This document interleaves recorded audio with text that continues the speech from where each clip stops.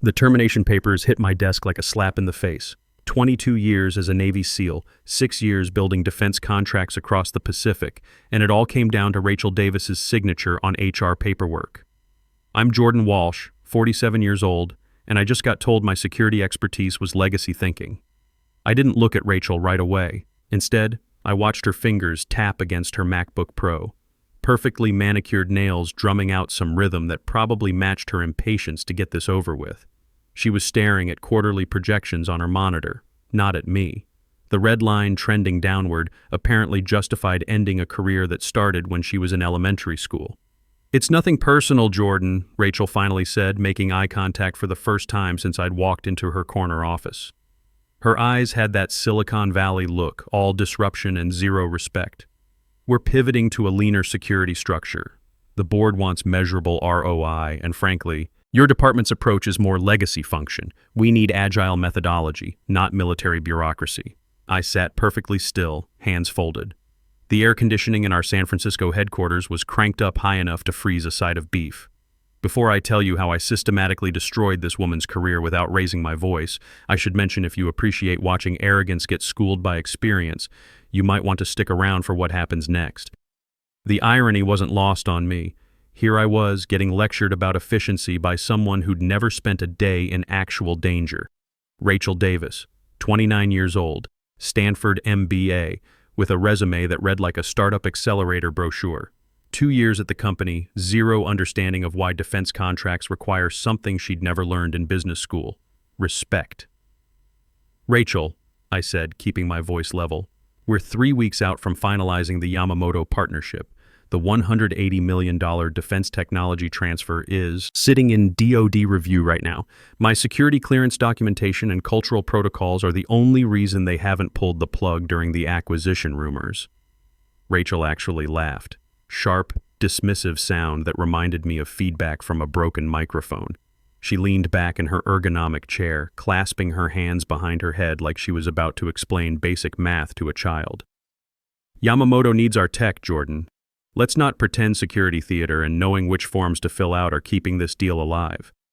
It's the innovation. It's the IP. Your paperwork doesn't generate revenue streams. We have encrypted communications now. We have digital signatures. We're good." The phrase hung there in the recycled office air like toxic smoke. I looked around the conference room where I'd hosted dozens of classified briefings with defense contractors from 6 different countries. 22 years in the Navy taught me to read people, to understand that protocols aren't just paperwork. They're the foundation of any real partnership between nations. This woman, whose entire business philosophy came from TED Talks and startup accelerators, was telling me that security compliance was decorative. I could have explained that General Yamamoto's father died at Iwo Jima, that the man sitting across from American negotiators carried the weight of 3 generations of military tradition, that when he looked at our team, he wasn't just seeing business partners, he was seeing representatives of the country his father fought against. But Rachel wouldn't understand that history shapes how deals get made. "I see," I said, reaching for the pen. "I didn't sign yet. If I'm terminated today, effective immediately, I won't be present for the final security review in Tokyo on the 28th. You understand that Contract Clause 12C specifically requires continuity of designated security personnel for the duration of negotiations." "Correct," Rachel smirked, checking her Apple Watch. "I'll be leading the delegation. I've done my research. Plus, we're bringing some serious tech demos. Don't worry, I won't embarrass us." She paused, already mentally spending her bonus. "Just sign the papers, Jordan. We're offering 4 months severance. That's generous considering the restructuring budget."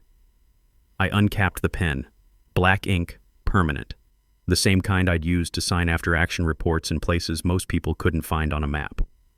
"Rachel, the relationship with Yamamoto isn't just technological. It's built on security protocols and cultural understanding that took years to establish. If I'm not there, General Yamamoto will view it as a breach of defense regulations and personal protocol. I'm happy to write a transition document explaining the specific clearance requirements and cultural considerations." Rachel waved her hand like she was swatting a fly. "No need. I don't want you cluttering our systems with legacy documentation. We're streamlining everything. Clean break. Pack your stuff. Turn in your badge and enjoy early retirement. Maybe take up fishing." I signed my name. Clean, precise signature that had authorized million-dollar equipment transfers and classified intelligence briefings. But I wasn't signing my resignation. I was signing her professional death warrant. She was too arrogant to read the fine print of what she'd just destroyed. "Very well," I said, standing and straightening my jacket. I didn't slam anything. I didn't make a scene. 22 years of military discipline taught me that the most devastating attacks are the ones your enemy never sees coming. "Great," Rachel said, already typing on her phone, probably updating her LinkedIn status about streamlining operations. "Leave your access card with security. And Jordan, don't take this personally. It's just business evolution." Business evolution. That's what she called destroying relationships that took 6 years to build. I walked out of that conference room knowing exactly what was going to happen next. Rachel thought she was trimming inefficiency. She had no idea she'd just severed the main artery of our biggest contract. The elevator descended past the lobby, past the parking garage, down to a level where careers go to die. But I wasn't dead yet. Not by a long shot. My apartment in Pacific Heights is quiet. No fluorescent lights, no open concept noise, just me, my coffee, and the fog rolling over the Golden Gate Bridge like it had for decades before tech bros decided they could disrupt national security too. For the first 48 hours, I did nothing but sleep and drink good bourbon. I turned my phone off. I didn't check LinkedIn. I just let 22 years of military precision and 6 years of corporate politics drain out of my system like poison from a wound. The thing about getting fired is that it forces you to see clearly. All the small compromises you made, all the times you bit your tongue when some 25-year-old explained cybersecurity to you like you'd never heard of computers. Rachel wasn't the first young executive to treat experience like a liability. She was just the first stupid enough to bet the company on it. When I finally turned the phone back on Wednesday morning, the notifications came in like incoming artillery fire. 15 missed calls from the office, 8 voicemails from legal, and a chain of emails from the Tokyo team that Lisa Parker from Intelligence Analysis had forwarded to my personal address. Bless her heart, some people still understand loyalty. Lisa had been with the company for 12 years, former military intelligence, one of the few people who actually understood what security clearances meant. Her email was brief. "Jordan, thought you should see this. Rachel's already making waves. Call me on secure line." I sat at my kitchen counter and opened the first email. Subject: urgent. Security clearance verification from Rachel Davis to Japan team. Team, why are they asking for individual background checks? Just send them our company security certificate and my executive credentials. Why is this taking 6 hours to resolve? We need to streamline this process and move forward. Time is money. I smiled. Not a happy smile. The kind of smile a sniper gets when the target walks into the crosshairs perfectly positioned. In the defense industry, security clearances aren't suggestions. They're federal requirements. Every person who enters a classified facility needs individual DoD clearance verification. Not company certificates, not executive credentials. Personal clearances that take months to obtain and verify. Without them, you can't even park in the visitor lot, much less sign a $180 million technology transfer. I scrolled down to the next email. Subject: protocol questions from Yamamoto administrative staff to Rachel Davis. Honorable Davis-san, we inquire about the security liaison officer replacement. Walsh-san usually coordinates the classified demonstration protocols with our facility security team. We have not received designation of new liaison officer. Please advise proper clearance levels and cultural briefing requirements. Rachel's response made my coffee taste better. Tell them I'm handling security personally. I have executive clearance and full authority. That should cover everything. No need to overcomplicate simple processes. Executive clearance for classified military demonstrations. Rachel was planning to bring her Stanford MBA to a top-secret facility. This was like watching someone try to pay for groceries with monopoly money. But the real goldmine was in the third email. Kevin Stone, her assistant, had accidentally copied the entire legal team on his reply. Rachel, I can't find the cultural protocol documents anywhere. Jordan's files are locked behind some kind of military classification system I can't access. Should I just Google Japanese business etiquette? Google Japanese business etiquette. For a meeting with a 3-star general whose family had been building military equipment since before California was a state. I closed the laptop. I could have intervened. I could have called Lisa and walked her through the clearance hierarchy. Could have explained that bringing consumer electronics into a classified facility would trigger automatic security alerts. Could have mentioned that calling General Yamamoto by his first name would end the meeting before it started. But Rachel had been crystal clear. I was legacy baggage. If I helped now, I'd be proving her point that the company could function without me, even if I was pulling strings from the shadows. No, they needed to feel the full weight of my absence. That afternoon, I drove across town to visit Scott Coleman, my old commanding officer turned defense contractor. Scott lived in a house that smelled like pipe tobacco and leather-bound military histories, filled with the kind of quiet that comes from 30 years of making life and death decisions. So Scott said, pouring me a scotch that cost more than most people's car payments. They cut the anchor chain with a hacksaw. 3 weeks before the signing, I replied. Contract value, $180 million. Scott whistled low, the sound you make when you see a train wreck in slow motion. Tactical suicide. Do they understand the clearance structure? Rachel skimmed the executive summary, I said. She sees the defense market as a tech startup. Insert innovation, receive revenue. She doesn't understand that some contracts have souls.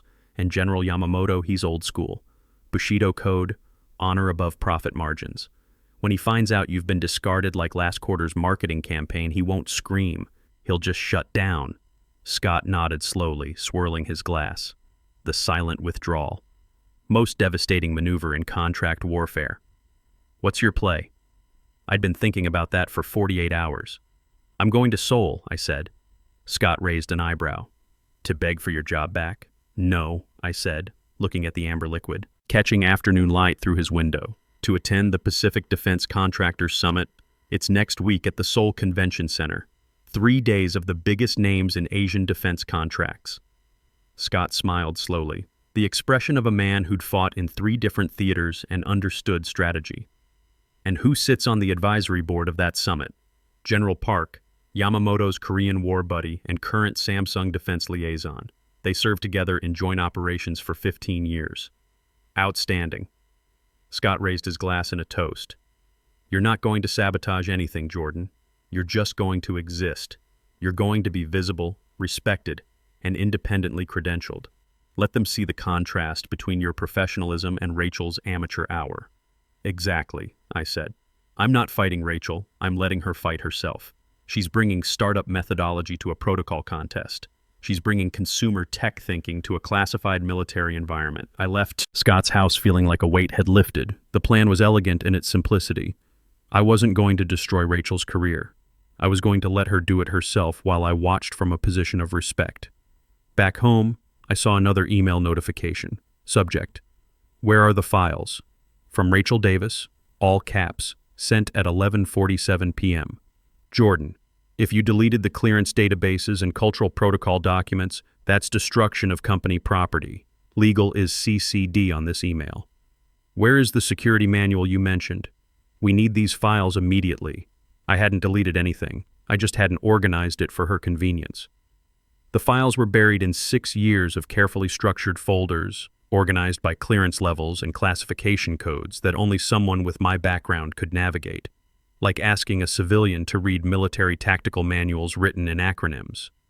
I typed a response, then deleted it. Instead, I opened a new browser tab and booked a first-class ticket to Seoul, one way. While I was packing my garment bag with conservative business attire appropriate for Seoul's formal diplomatic atmosphere, Rachel was apparently taking victory laps around the San Francisco office. According to Lisa, who was risking her own position to keep me updated via encrypted messages, Rachel had announced in the Monday all hands that the Tokyo deal was locked and loaded. She literally used the phrase "crushing it," Lisa texted through our secure channel. She told everyone that some people overcomplicate defense contracts to justify their positions. But she's proving that American innovation speaks for itself. She's already planning the celebration party. American innovation. That's what she called bringing consumer tech mentality to a classified military demonstration with a man whose grandfather helped design the Zero fighter plane.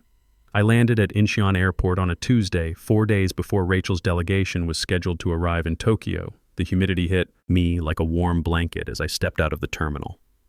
I took the express train to downtown Seoul, watching dense urban sprawl give way to gleaming business towers and traditional architecture that somehow coexisted without one trying to disrupt the other.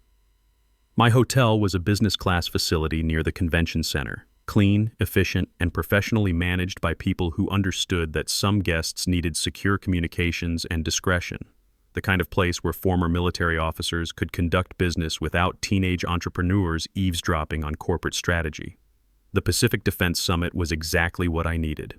A gathering of industry leaders, military attachés, security consultants, and the kind of people who made real decisions about real contracts. I registered under my newly formed consulting LLC, Pacific Strategic Security Solutions, which I'd incorporated about 8 hours after Rachel terminated me. The moment I walked into the main conference hall, I felt the shift, subtle but unmistakable. Several executives recognized me from previous defense conferences. Business cards were exchanged with proper protocol, credentials verified through appropriate channels, respect acknowledged through the kind of nods that come from shared understanding of classified work. "Jordan Walsh," said Commander Kim from the Korean Defense Ministry, extending his hand with military precision. "I heard rumors about corporate restructuring. Are you freelancing now?" "Independent consulting," I replied carefully, focusing on Pacific Rim defense partnerships and cultural protocol compliance. "Excellent timing," Commander Kim said. "We're always looking for people who understand both sides of the relationship equation." And then I saw him. General Park, advisor to Samsung Defense and General Yamamoto's longtime ally, standing near a display of cybersecurity prototypes, looking politely interested while a German consultant explained quantum encryption through PowerPoint slides. This was the moment. I approached slowly, using peripheral positioning that military training had drilled into muscle memory. I waited where he could acknowledge me or ignore me as he chose, respecting his options while making my presence known. General Park turned, his eyes widening slightly in the only surprise a man of his position would ever show in public. "Walsh," he said, extending his hand with the firm grip of someone who'd made life-and-death decisions in combat zones. "I did not expect to see you here.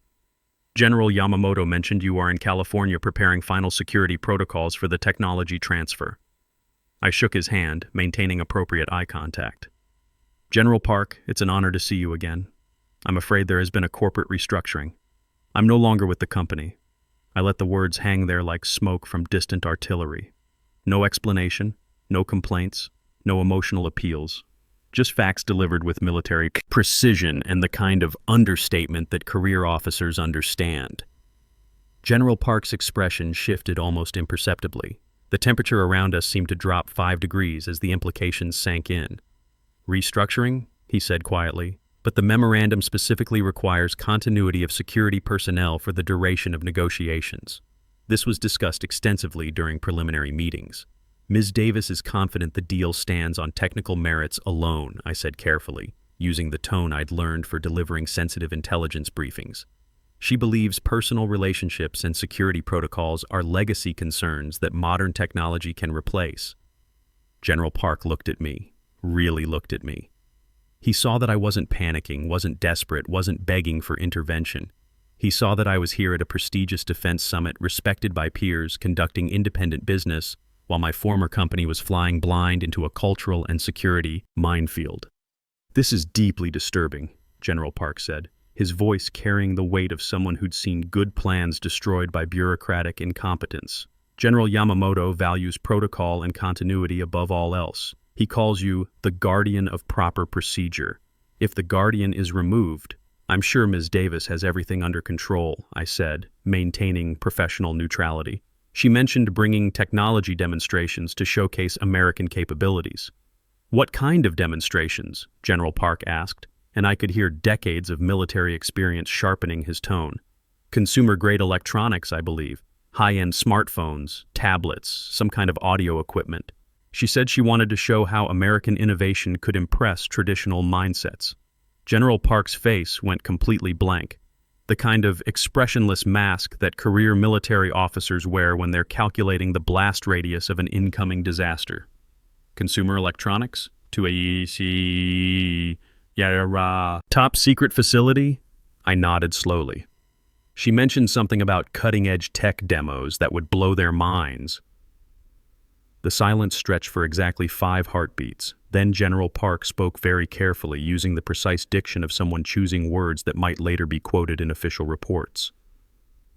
General Yamamoto's facility requires TS/SCI clearance minimum for all personnel and equipment. Consumer electronics are prohibited within 500 meters of the classified areas. Security protocols require all devices to be surrendered and held in external storage during any meetings. I hadn't known that specific detail, but it explained everything. Why security sweeps at defense facilities were so thorough. Why personal devices were banned. Why technology demonstrations required pre-approved government-certified equipment that had been security cleared for months. Rachel was planning to bring Best Buy into the Pentagon's basement vault. I appreciate the information, I said. I'm here simply to maintain professional relationships and explore independent opportunities. Please don't let my presence affect your business relationship with my former employer. I genuinely wish them success. You are very gracious, Walsh, General Park said, his tone carrying more respect than Rachel had shown me in 6 years. More gracious than they deserve. He paused, then asked quietly, "Will you be in Tokyo next week?" "I have no official business there," I said truthfully, "but I may visit to maintain personal relationships with colleagues I've worked with over the years." General Park nodded slowly, then walked toward the networking reception, already reaching for his secure phone. I knew that within an hour, General Yamamoto would know that the guardian of proper procedure had been dismissed 3 weeks before the most important signing ceremony of his career. I hadn't lit a match. I hadn't poured gasoline. I had simply told the truth in a room where security clearance was harder currency than venture capital, and where respect mattered more than quarterly projections. In San Francisco, Rachel was probably practicing her presentation, thinking about the promotion and the Tesla she'd buy with her bonus. She had no idea that in Seoul, the foundation of her career had just developed a stress fracture that would soon become a catastrophic failure. The disaster unfolded in real time, transmitted to me through a series of increasingly bewildered messages from the Japanese security staff, who still thought I was in charge of the American delegation. They didn't know I'd been terminated. They just thought I was delayed. Text from Kenji in facility security. Walsh-san. The American delegation arrived demanding immediate access to classified areas. Davis-san is wearing fitness tracker and smartphone. Security protocols require all electronic devices surrendered at external checkpoint. There was very loud argument. Should we proceed with standard protocol? I sat in a traditional Korean tea house in Seoul, reading the message while sipping tea that cost more than Rachel's daily Starbucks budget. Fitness tracker in a top-secret facility. It screamed either foreign intelligence operative or complete security ignorance. Given Rachel's track record, I knew which one it was. Text from Kenji. They did not bring individual clearance certificates. The young man Kevin tried to show his company ID badge as security clearance. General Yamamoto does not recognize corporate identification for classified access. Security team is confused about procedures. I closed my eyes. Security clearance verification is sacred protocol in the defense world. You present DoD-issued certificates with proper authentication codes and biometric verification. By trying to use a company ID badge as security clearance, Kevin had essentially told a 3-star general, "I couldn't be bothered to obtain proper federal authorization to see your classified technology." But the real catastrophe was still to come. General Park called me that evening from a secure line, his voice carrying the controlled anger of a career military officer who'd witnessed something unprecedented. "Jordan, I need you to understand what happened today so you can appreciate the magnitude of this disaster." "Tell me," I said, settling into my hotel chair with a glass of bourbon that Scott Coleman had recommended. Davis refused the mandatory security screening. Standard protocol requires all electronic devices surrendered and held in external storage during classified briefings. She insisted on keeping her smartphone for emergency executive communication. She told our security chief that American executives don't surrender communication devices to foreign personnel. I winced. You never, ever refuse security screening at a classified facility. It signals you're either hiding something or fundamentally don't understand that national security supersedes corporate convenience. And then, General Park continued, she demanded to record the technology demonstration in a top-secret facility. She said she needed video content for her board presentation next week. Please tell me she didn't actually try to record classified military technology. Security intervened immediately. She became loud, demanding to speak to someone with real authority. She told General Yamamoto that his security protocols were excessive bureaucracy and not how Americans conduct efficient business. I felt genuine shame, not for myself but for my country. These people were representing the United States of America, and they were embarrassing everything I'd spent 22 years defending in uniform. "It gets worse," General Park said. When we presented our security requirements, explaining that each team member needed individual DoD clearance verification, Davis laughed. She called it typical Asian overcomplication. She made a reference to Pearl Harbor, saying Americans had already proven they could get things done efficiently in Japan, a Pearl Harbor reference to a Japanese general. Making jokes about historical warfare to someone whose grandfather probably fought in that conflict is cultural vandalism of the highest order. But the moment that ended everything, General Park said quietly, was when she tried to give General Yamamoto her business card while he was bowing in formal greeting. She interrupted his bow, grabbed his shoulder, and said, "None of that formal stuff, just call me Rachel." In Japanese military culture, interrupting a formal bow is like spitting on someone's ancestors. It's not just rude, it's a fundamental rejection of the respect that makes any relationship possible. General Park sighed. General Yamamoto smiled, the smile he uses before terminating partnerships permanently. He thanked her for the educational demonstration of American efficiency. He said it reminded him why protocol exists. What happened with the signing? There was no signing, General Park said. General Yamamoto asked where you were 6 times during the meeting. Davis kept saying you were handling back-end logistics.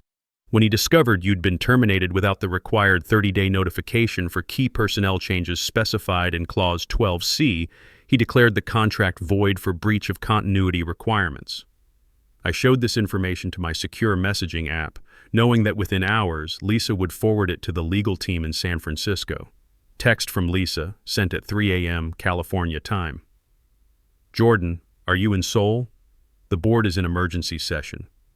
Rachel just reported that cultural misunderstandings caused a delay in Tokyo. Legal discovered the Clause 12C violation. If General Yamamoto formally declares breach of contract, we're facing $50 million in penalty payments. Can you help?" I didn't reply immediately. I was an independent consultant now. The morning of what should have been the signing ceremony dawned clear and bright. Flew to Tokyo using military transport courtesy of General Park's connections, arriving at Yamamoto headquarters as an observer, not a participant. From the executive gallery overlooking the main boardroom, I watched the final scene unfold. The Japanese side sat in formal silence around a conference table that could accommodate a small aircraft. In the center sat General Yamamoto, looking smaller than I remembered but sharp as a precision instrument. On the table, directly across from where the American delegation should have sat, was a single empty chair with a nameplate that read, Security Liaison Officer. The Japanese side knew exactly what they were doing. That chair was a monument to broken trust. The double doors opened. Rachel walked in alone, followed by Kevin and one remaining associate. The others had apparently fled back to California after yesterday's disaster. Rachel approached the table and tried to shake General Yamamoto's hand. The general didn't smile. Just looked at her extended hand like it was evidence in a court-martial. "So," Rachel said, her voice echoing in the silent room, "I understand there were some communication issues yesterday. Let's move past that and focus on the big picture. We have a contract to sign." General Yamamoto spoke quietly in Japanese. The translator, looking like she wanted to be anywhere else on Earth, cleared her throat. The general says, "Where is Walsh-san?" "Walsh isn't here anymore," Rachel said impatiently. "I explained this yesterday. He's no longer with our project. I have full authority to execute this agreement." General Yamamoto turned to look directly at the empty chair. Then he stood up, walked over to it, and bowed deeply. A formal bow of respect for someone who wasn't there. He held the bow for 5 seconds. Then he straightened, looked at Rachel, and spoke in clear English. "Contract is not paper. Contract is people. You have no people." He turned his back on Rachel and walked toward the door, followed by his entire team in silent procession. Rachel stood alone in the boardroom, holding her pen next to the empty chair that had defeated her. 18 months later, I'm sitting in my new office in Seoul with a view of the Han River that changes color with the seasons. My title is Regional Security Director for Pacific Defense Consortium, a joint venture between Korean and Japanese defense contractors. Our partnership with Yamamoto Heavy Industries was signed last month, worth $220 million with enhanced security protocols that I helped design. Rachel was terminated the day after Tokyo. She sued for age discrimination, but discovery revealed her emails calling experienced security professionals legacy deadweight and military bureaucrats. She settled quietly and now works for a social media startup that makes apps for pet owners. My old company missed earnings by 28%. They laid off 40% of their staff, including most of the people who actually understood what they were selling. I hired Lisa Parker the day she got her notice. She's now our Director of Intelligence Analysis. On my desk sits a framed copy of our partnership agreement. The final clause is highlighted in gold by General Yamamoto himself. This agreement is founded upon the mutual trust and respect established by Walsh-san. His continued presence is required for all future amendments, modifications, and expansions of this partnership. To anyone being told your experience is outdated, your protocols are inefficient, your relationships are unnecessary, let them believe that. Let them fire you for being old-fashioned and thorough. Then watch them discover that some things can't be disrupted, some relationships can't be digitized, and some bridges can't be rebuilt once you've burned them. The empty chair speaks louder than all their innovation combined. Sometimes the most powerful weapon against arrogance isn't confrontation. It's simply letting incompetence reveal itself to those who matter most. In a world obsessed with disrupting everything, the greatest victory is proving that some foundations, respect, trust, and earned expertise, can never be innovated away.